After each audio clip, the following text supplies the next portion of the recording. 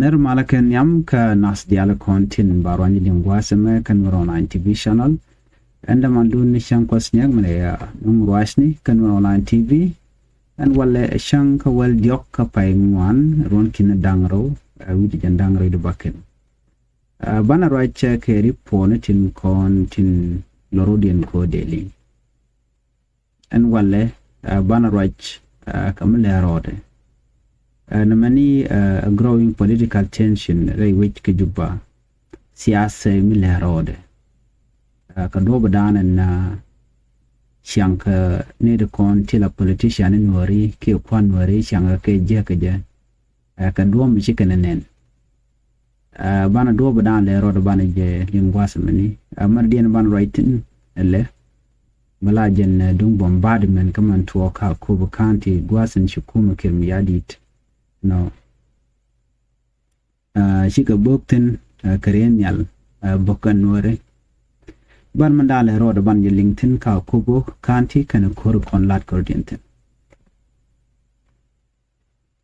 akan konun yam mi jan shangan yam ko jiko bi Nuer online TV channel bi jek nu bi jek YouTube channel gor no jin bi subscribe ko di channel da won yam kam bi jek Facebook page da kan online TV gor jeno jinde page de je follow ka de we boka Facebook ka YouTube me kan subscribe de subscribe button de channel me de je support ko bi yano wanchen kon ati rodian kaliang roine kori roine mala kan right ni ten kontu we ka shang shop bin ga shwalinga gwa same ati tu man bu kon kalin ka den report men ci de men channel yan won kenyam channel right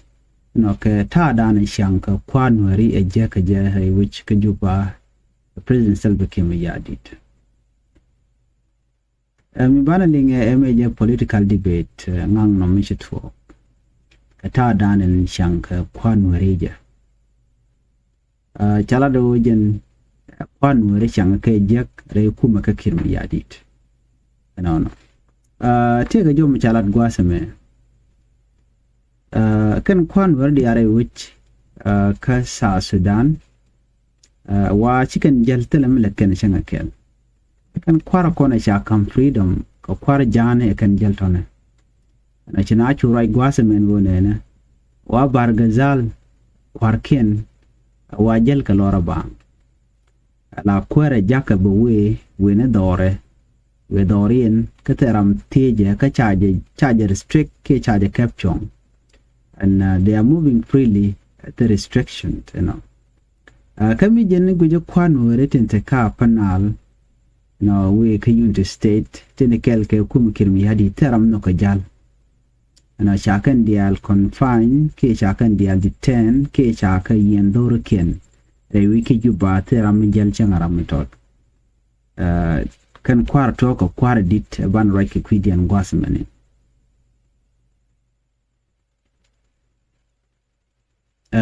shajo shulat gwasmane nene china char kalot kamishit kanamo amu mpen ka kwan wari tinta ka panal tinta ka youth state tinta ka jongle no de correctin kon and wokan wari ken de kan galo gwich muno kana jang no kana ka jalo ko in special jang kon de ka bar de zala kan jalon chajo kel kula lat gwasame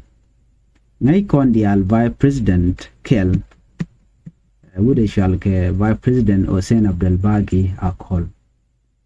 yen wut ka bargazal wut janga ka bargazal jana wa che take high level government delegation misho ten Kelege state kacha kam full authority alo jala freely tel ram joge di jala karwade na chakula gwasmen ungunena wajene jala jemo a part of constitutional responsibility kana public service longa dana cha kame jen longa dana cha gwar ka constitution ke bongon elo de kwada del jalana gwa goro wetenone ray which ngore jeno weje keneke mite gari mutuo mudero address kam ne nikin na wade randa rajal kuna tejin wonene munno ka kaniri ti no ka jal no ka jang no ka jal chet ke jen vice president Hussein Abdul Baki akola me no ge jal were duarien ka bargazal you know be berikin kon la rudin minumi ba ko gwich don da la siyasa da lam do dien ka jala freely ka cha kwaren ko ken cha kanum jal tini ite ngwana ngum to ngum sha kan vice president ko ken cha kanum jalana sha kwara ko ken te la vice president ni cha shoot ken cha galat ko ba ko ngaje gwano mi cha ko compare ka ta danen jel kwara ko ken ke je ti ka kwara ci jel ti loko de ka jal na no kwa kuje no me siyasa wala mu wala cha kir point cha nong je no ne de to bi che man ken bi lu re winden kon te tin chit ke jong le unity state wene ka panal mi cha la jen do badana dong ci kira lawo je ne to ka lu ci kwar ken jikan bu address re ga dana let ci ne dum wan te je no no ken kwara kon cha mention no ka ci jel Ramakan Majal Shetke Vice President Rebecca Nyandeng Damabur She John Gering Damabur Yanwa Kana Majal Kana Modor Dorian Kana Manjian Boy Kajong Lay State Britain Content Wogan Winimi Bakovich Ramishit Katabande and Guy No Chanu jalba tere which Kajuba tell a wow within Medan may share the address and order again Chapin Jal Shaluk no dereja. And a very good example Mdekon show much Ta Medan may she wajian she organize Guara President Kir Ya Jono de Legian de Christmas de Jalolat Kayunti State Kakore kan chak respond ja kwala bangach ko ngai kana dong we go ko ken ne ko ne ka party SPLM IG pink kirmi yadit we ko dong ken lin karo din re bun ko manan te guten gude te ka tare te te tin wana mun te chaling rar ci kwar ci kan jel ci kware wala ra jeno de jende lo weda agu jeno te mbo la de minimi bu kuma be ya ko jenen war cha no jal tele gwa wit atabande ngaya jugo tel gwa witen jeno kula ben ga jara arabe la no teke shure charu de no lat kut kwar ne kirmi yadi te cha no go de jal ke de warga da dare shop ka principal ke mi yadi de no de lewe ke unity state jeno ko kolen me che social media che daga na mo ke de ben tongwan lat ka do badanen che tabande ngaya roi ke je some people are ke no che kir lat jor Some people at Kenujan Baja Kapin, ko she door chele bindika wot ka chala bili. Mishu Abdul Bagi jabalad no taban de ngai me chala rashi tok kana lao. Ko Abdul Bagi bula jaram dana bula lao ko jele ko wood baragazal jele anywhere. Teram ko tere cap teram cave jele freely. Kujimo chikona mo chana jene taban de ngai kana no jal shu menetam. Jen kor jong te pai we jen ku la roi kene kir ka lune jok ka South Africa me se kir chef jigo no tem chor lo la chugo jek chu roi ka kui security ka me belga taban de ngai ka kui abim nom ge dan ji to ka abim nom me sha ne shu ku dang ro cha ga nekten ana wa belga je na jo sha de bel ko ta pin jal president Salva Kiir yadit ken je kwar kon tin logo dini je kon president Achela ni wajanete almost a year. Kene karon kan ka minje kene kir. Kene dial ngai gano dong la kene. Ram do dien me cha nok jal doctor yek macha. Dare macha tel gwa mi chemunuten. Ne ko de ke juba. Ta yen ja. Te ke detention. And detention me shi jidit ko ne dial ngai ke ja. Wode de ke juba cha de gak. Rick token ke unity state Rick token ka panna Rick token ke jongle cheng der law der jala address re ga dan tok cha ga krat gwai ngene jenu ka ji kwar nyin ton ke kir der jala right ke ne ka pala kor mi yen te kare kon kene titini tele delegation ken batachimen jen buga we ka panna bari ga dan to ka panal ba je lo guj ba je address ba guj de wo to gani tel ram no ka jal te ram no ka jen mu kwala no mi che ko te no kene ti la kwart ti la vice president ma kan cha gul yen ka juba te ram jel ne de jel ka rodien ka ji bargazal state ka kuje mo chinete ngwane kene guje no larga je no kan kwarti ci gatan net kana but while reality kan panken cha gul yen ka juba jen metelam let kana mon shiyo telam de kana lat but na cha gul yen gal bele ne di cha yen ti sha chondien no cha jabat go guje kene gatan ke dich ande cha national army mela SSPDF kene ke jen mishal ke ne de konti la de konsholi security ni di ala content gwadamo ala national security service la kene di ala ti we kene ka kan kwar we kene gata la we gano mishiran te ji en dong de ro we ti ai ko chiri jake go togre kuma ka kir gwan mi na kam chumken ye we chuken telami chamka korlet kan ke stene ni na so kwala security ni point de en city karwar la capital jen gwada na kwala gang ken kene di aldi ku weekend ku gele je kwala dak ka gorko ba kim ya di jaram danen ba lek ka ba kamlus ka ba konya la kwar biditin ka korkon ba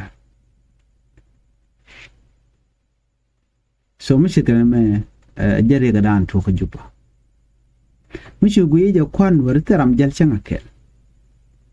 sona me ripon mi chalat ana me chale political risk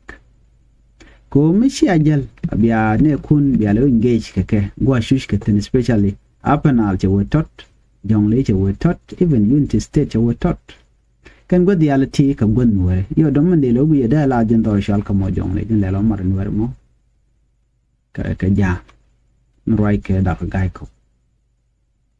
bat kan kwar dini kan tin ko tin yal taram roi ko cha kan dial yen te gare ti jen bade ti jen mu ge ken ga tare dor ken chicken engage directly ka community ni ken ka panal ka jongle ki unity state wana mani anyo jeno ti siang objected non so munyo no di en kuma kirmi yadi te kane te ngada kane di shangat acha kwan wer shakanga no cha de ko lano nyande mu kana min yala chi kon de roi boga ku waniga te ka central equatoria so te wede te lele rek dara wede dara ya do san gwada rande jelen no ne ti dor kenan ka steni kenan ka cha no go de rande raja so munyo do din tamma la long cha kam ki kel long ke power cha kam ki kel wale ko kien pal ke myu do di chete ke do mi cha na cha ga daga ja ne de ti cha ka limited wale de tin cha ka la bi kan na le kene kana la ken mishir na me teach citizen to wan kaje no jen akena ko lat ketem rawi ke sos dan ko ne ti ka kwarpan batala me lekene de ko ne ka ne den kontin la jibu chike citizen ne de kontin de kon shola no political observer tin ngik kum sos dan ten when ka kan community leader nitin ko ken ngai kana gwano shikil ya di chene di teacher ga yen tele ka power tele dom de ran jal ka je batik ka ko shwali din kwa shawon in kulito nation content language wa mu we ote no alo bikir mi yadi kana bonde manchor ya le kare ke juba mu kan ngot kam ku kan kwarti ti rom kan ka pin wan mani be til ngasa bejeno point kam community karwade kan me bon be mention political division bejeno da boni so mi chit kana me jenen yenamo kan ja panal tilan wore mena jonglei mani unit state chicken kuma kir mi hadi chicken la ngas anymore ka chicken ga la ngas bokan kwadi ala ti tin kel ke kim yadi ko wi kan no ne tini mi bit ka kam shi kana law no jeno bi wich be je ke be gat ka dong kamen bi ke li ke bana ne ko ne ko nen kwa wi terrorize right now ke de ni assess pdf de ni so Sudan people pen for the Canadian content yar ka wich tin nakana duko na karen nyale chitka panal chicken yar chitka jonglist chicken dip chicken yar tana bangi kan denga the terror right now mutwo and no situation mission me be mentally am be yar you know but wo yen nen lalar kenun instability ki tel mala ja tuk tel ngas kamen cha tuk no wan gwan mo cha kwar to cha ga jago de ga jal cha ga jago de ka roi ke chicken yur gwat ke le bikan discussion bikan lat ke bi ga dor me de wen nang nyam bikan le gwit ke ni ode kwer ndi da te ne ka pai ke jok te je ka ne ke be jelo ha jano office de no mo ka chicken ten content yar ka wo chicken ka address ke a chi wo je mo che de wen nyam which they only amte ne the come to freedom can it cha come freedom and obi mal be ben gora mal gor loj mar gor jene di alba ba ka par ne content ka bon to goal ba ka del par ba kam longa kelmo yan do ba danen bi be mal be ben keje ka jan do ba dan na wo ne ngoje ko kuje mo ko be sal dan ba kulo go akir gor jeno bro de yot jok ko yena kwar ki ganga kere dora ken kwara ke jel ko right community ka gori jeno ba mal ba no ken you know mo wo la na je ka jan tamo bre ke yena mo ne be jama tan kwara membe chika na jeno cha ka yi ngene da ma char ko jen tere te jen cha yena ka gwate dan you know am shir ka taban de ngai am shir ka nyande you know am shir ka ne ko ken ne tini weekend wa cha yen ran kulu yang yi yom chu tege dun mi go mederu lat gwati bala no kana approve ano ki ken president la ro jin bija kulu lo jok gwan mo chay no jal kala jeno jin tik freedom so ne me ken continue jar kana kwana jen wana kama ndana chi tuo ka akobo dara chal ke deng jok ka kubo charge book ke gunship report me bere wi ka kubo deng jok pa yam ka kubo county chetike military confrontation mi chitwokte nai kona chikor chetwok koramo jadi ni SSPDF chaga jojokte ka jom chalat kaleran yam de ni SSPDF la Sudan People Defense Force kelke de ni SPL maji kamurle no ka tat wakan jaran yalla ka jaran organize chikawe chicken dor shal ka modern jok payam chicken mak ka kubukanti den jok payam jon gwal dan te SPL ayo tete la de ni ken tene wala jalara no SPL ayo chika jien chika ka border Ethiopia shenkan ku Ethiopia na mene tarake liwe kach ne reti ke de ni kume chika ordinary citizen ke civilian kan chiwe ka border chiwe ka tier goal ba chikan chenja la wach shenkan pinga pin United Nation ngwa dan tigitin baka ka kamede loka and we shall then jokon at in kum SPL ayote mishaga mako akan de ni SSPDF akan de ni SPL maji